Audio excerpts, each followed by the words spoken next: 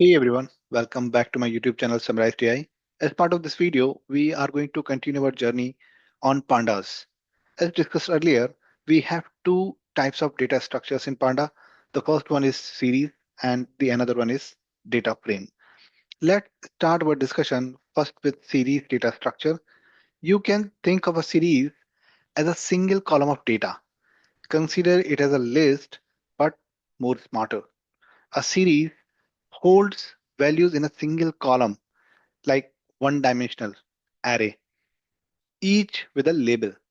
Think of names written in a notebook. Great. Now let's see the implementation of series. Before we start our implementation with pandas, series data structure, we require to have pandas in our local. Now to install the panda, we have to run a command pip install pandas in our local.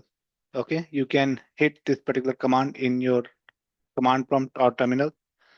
Let's give it enter. Now you see I'm already having this pandas in my local with version 1.17.0. You can also check if the panda got installed in your local. If yes, let's go ahead and start the implementation. So to use pandas in our implementation, we have to import it first. So let's import pandas as PD, provide alias. Now after that, to create a series, we are going to use series method from Panda. Okay, sorry, it should be PD. Okay, so PD dot series. Okay, and as discussed earlier, series in Panda is just like a list, correct, but more smarter. So let's create the series with the help of list. Great. Now assign a variable as s. Great. Now print this series. Let's see the output. Clear the console first and execute code. You can see our output. We are able to see our series got printed.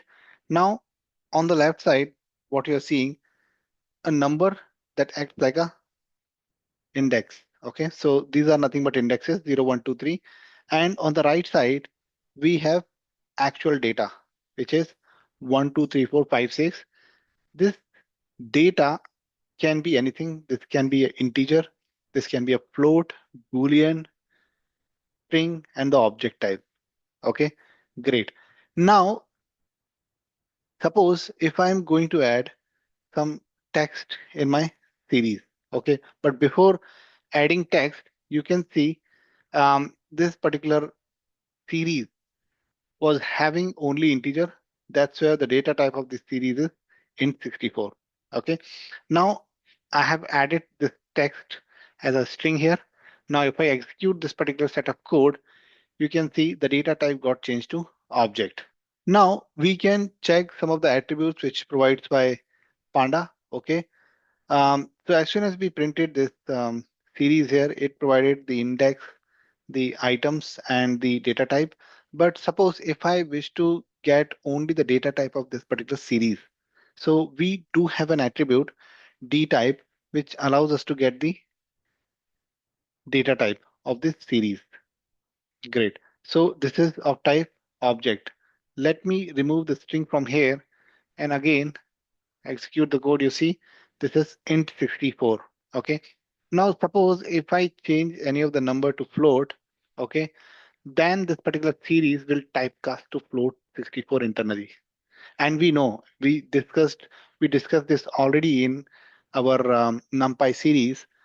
Any integer, if we have an integer series or the array, NumPy array, by default it it is of int 64, and if you have any float, it is by default float 64. And as we know, Panda got built on top of NumPy. Okay, great.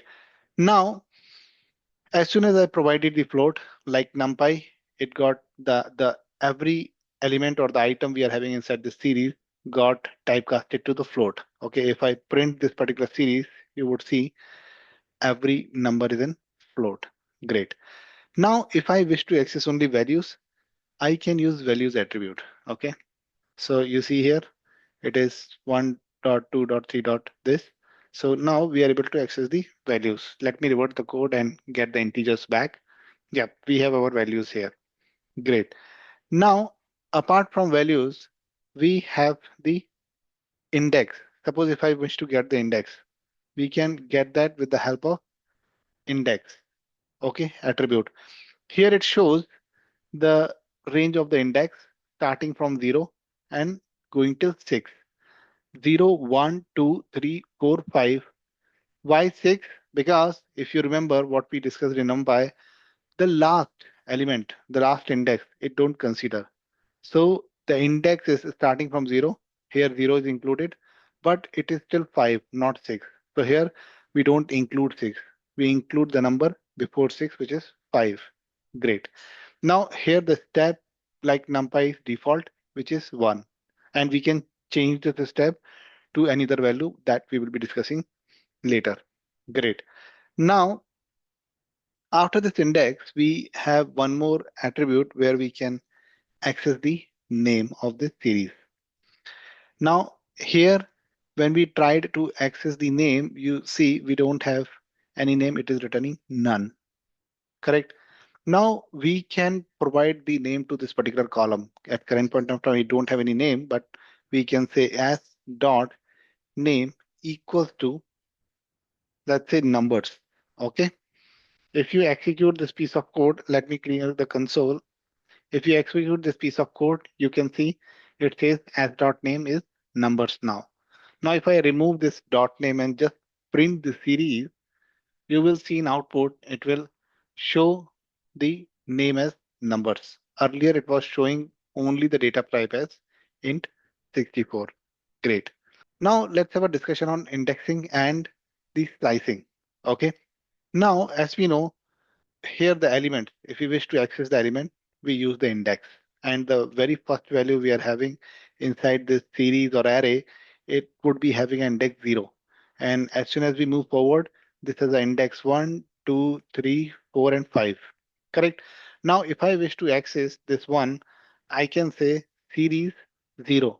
So whatever I am having at 0th index, give me that particular value. Okay? It will provide me 1. Now, if I say 3, then it will be returning 4. Why? Because 0th index, first index, second index, and third index we have 4. Great. So this way, we will be able to access the value with the help of index. Great. And this is nothing but indexing. Now, if we talk about slicing, okay, suppose I wish to have a part of series. I wish to have a number from 1 till 3. Okay, so what I can say here, or let's first see one example where we require a number from 3 to 6. Okay, this particular series we require. So here we can say 2 colon. Okay, and if I run this piece of code, you would see we got the number from 3 to 6. Okay, now how this works, let's see. Here we are saying start, okay, stop, and then step.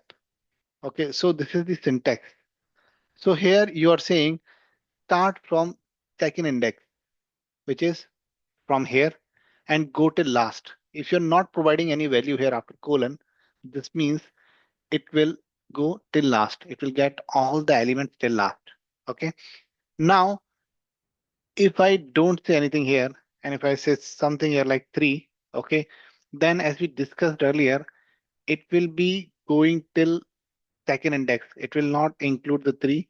It will include only till 3 minus 1, which is 2. So 0, 1, and 2. So it is going to print 3. And the default value here will be 0 from starting. So let me run this piece of code. You would see we got 1, 2, and 3. Great. Now, here I'm going to say 2 to 4. Then in this case, it will be starting from here 0, 1, 2. It will be starting from 3.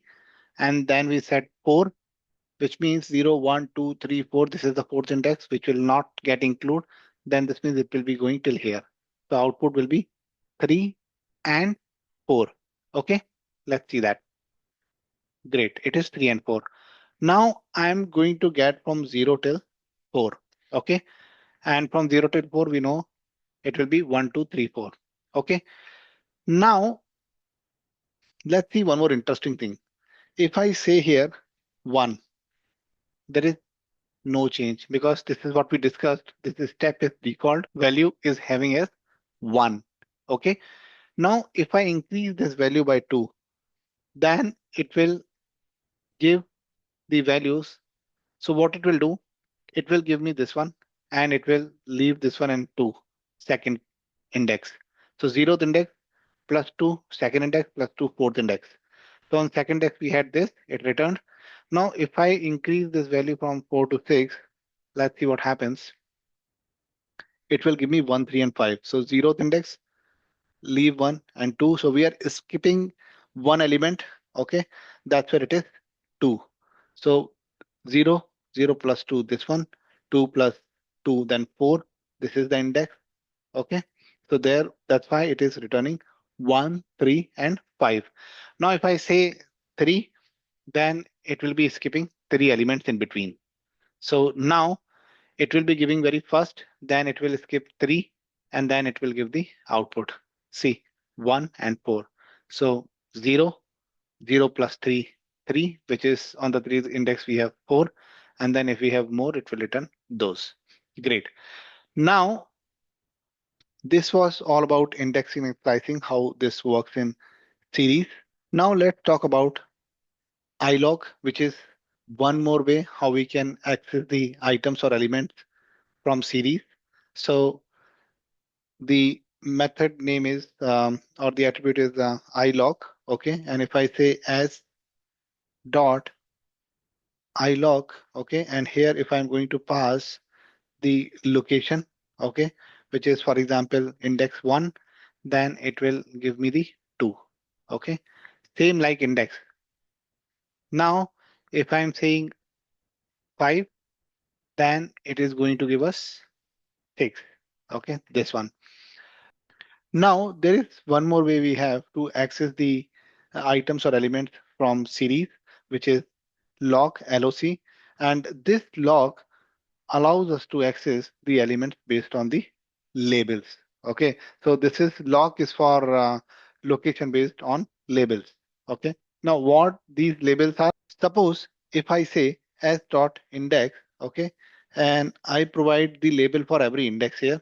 So this is 1, comma 2, comma 3, comma 4,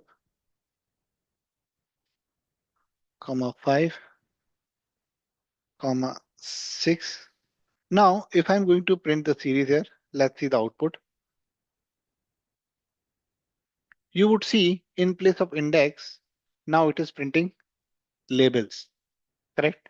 So index got replaced by labels, but internally the indexes are still there because if I try to say s dot ilog and if I pass 1 or 2 here, I will be able to access the value. Okay, but in place of ilog, if I use log and provide 2, okay, then I will be able to access my value here as a 2. Let me remove these above print statement not to get confused. So now we are able to access 2 here. Great. Now if I provide 6, then it will give me the value of 6. Great. This is one of the things. Earlier we have seen how the indexing and the slicing was working with series using the index numbers. Okay. Now same thing we are going to see here. Suppose if I say as and if I'm going to pass here 1. Okay, let's see what happens here.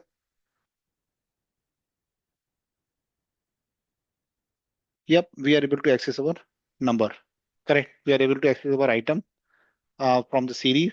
Now, in place of this, if I say start from 1 and go till 4, yeah, if you see here, it is starting from 1 and going till 4 here. Okay. Earlier, you would have seen we have given the index here from 0 to 4, it was returning those values. Correct. Now there we were working with the index, but here we are working with the label. Now let's try to understand where we can perform the mathematical operations on this particular series. Okay, so suppose I have this series and I wish to perform the mathematical operation, which is nothing but the vectorized operations on the series. And vectorized operation is nothing but running mathematical operations directly on the array without looping and performing operations one by one. Okay, let's see that. So for example, if I have this as, okay, and if I say as multiply by 10, okay, let's see the output. You would see every item inside series got multiplied by 2.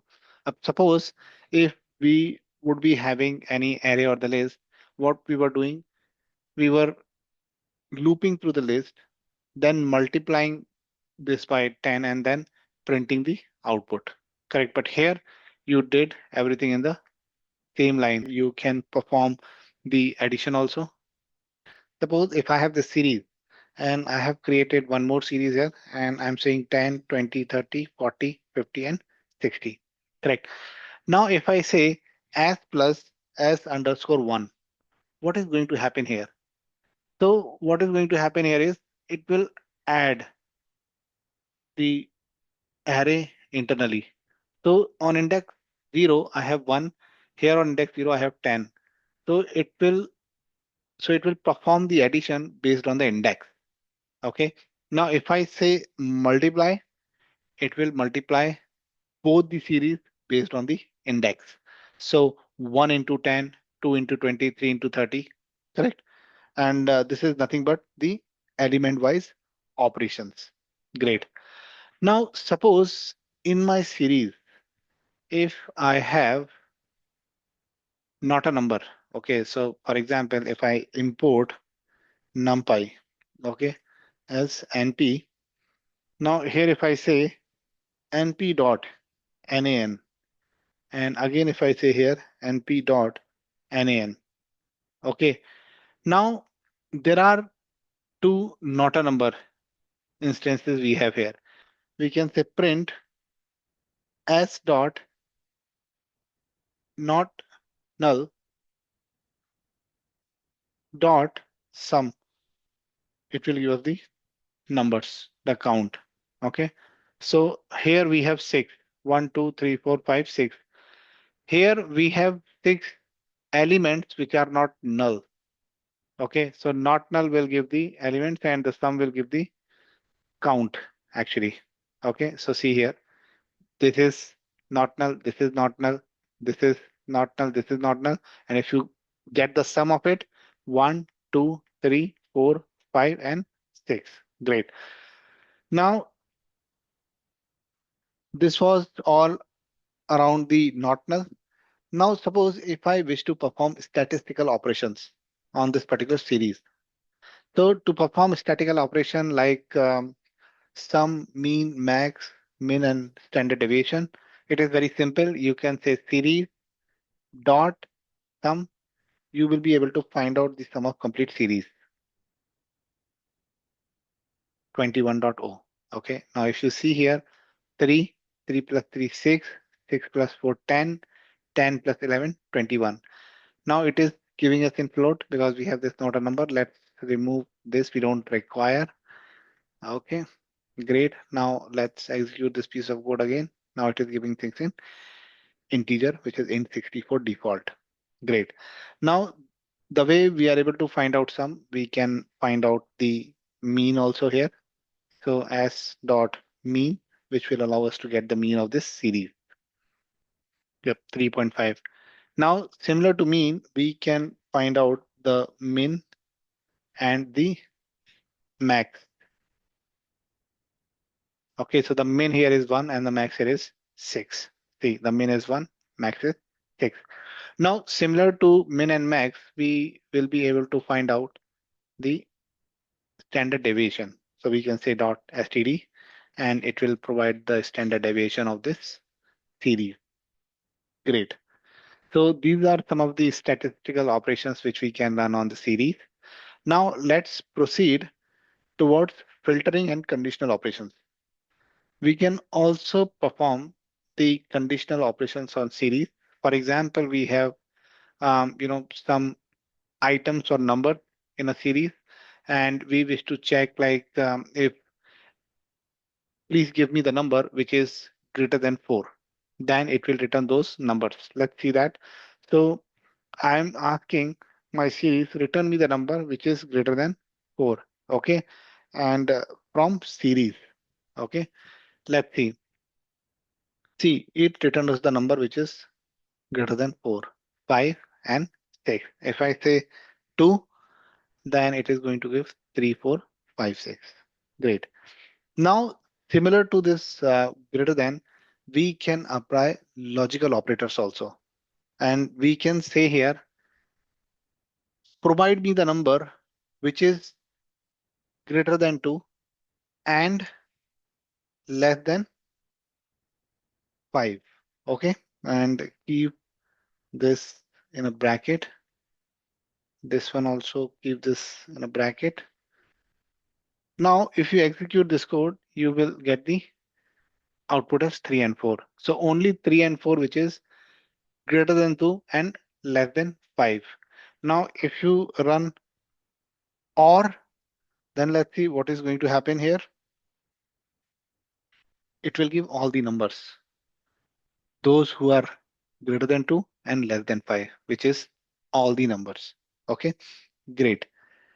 Now, after this, if suppose I have some functions, okay, and I wish to apply those functions on series, okay, some custom functions we have, and we wish to apply that function and perform operation on every item. Let's see that. So s dot apply, here we can say lambda x colon x into 10, which means we are multiplying each and every item by 10. Okay. And then let's print this directly in place of assigning it to the variable and then printing this variable. So you would see every element in our series got multiplied by 10. Great. Now, Panda is very intelligent. Panda handles the missing data value smartly. Let's see that how it does. So suppose I have none here and I say comma, and then again I have none here, comma.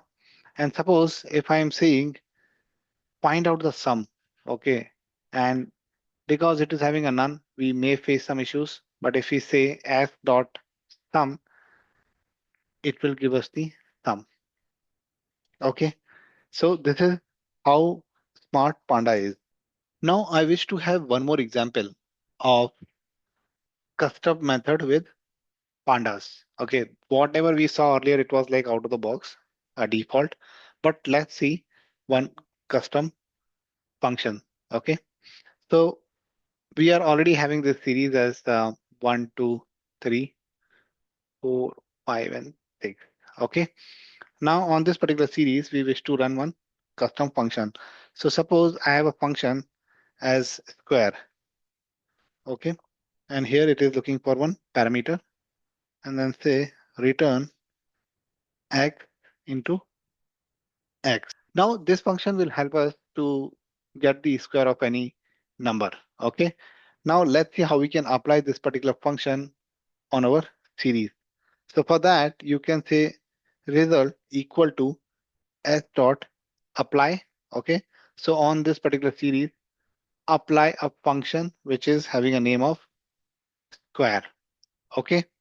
And then print the result.